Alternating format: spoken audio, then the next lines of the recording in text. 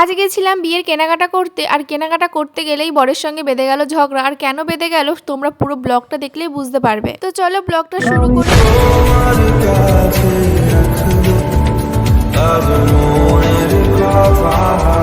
So hello everyone, আমি পাখি আর আমার নতুন আরও একটি মিনি ব্লগে তোমাদের সবাইকে অনেক অনেক ওয়েলকাম আর অনেক অনেক ভালোবাসা। তোমরা ভিডিওর শুরুতেই বুঝে গেছো যে আমরা কোথায় যাচ্ছি আর কি করতে যাচ্ছি। আমরা যাচ্ছি একটু হাবড়াতে, যাব বিয়ের কেনাকাটা করতে।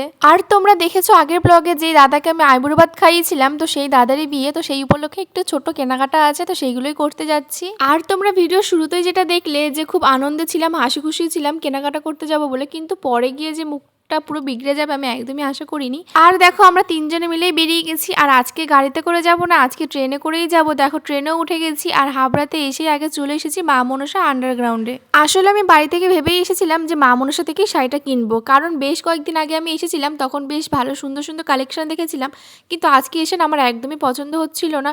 তো যাই হোক ওখান থেকে একটা শাড়ি আমি নিয়ে নিলাম।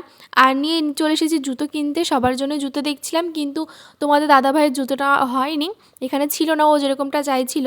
আর জুতো নেওয়ার পর আমরা ওখান থেকে বেরিয়ে গেছি। মেন আমরা এসেছিলাম শাড়ি আর জুতোই কিনবো, তো এখানে এসে না ও বললো কচুরি খাবে, তা আমিও বললাম চলো আমিও খাই। আর শাড়ি কিনতে এসে না আমার কোনো শাড়ি পছন্দ হচ্ছিল না। তোমাদের দাদাভাইকে জিজ্ঞাসা করছিলাম কোনটা নেবো বলো, ও তো মানে বলছিলই না, তাই নিয়ে একটু রাগারাগি হয়ে গেছিলো।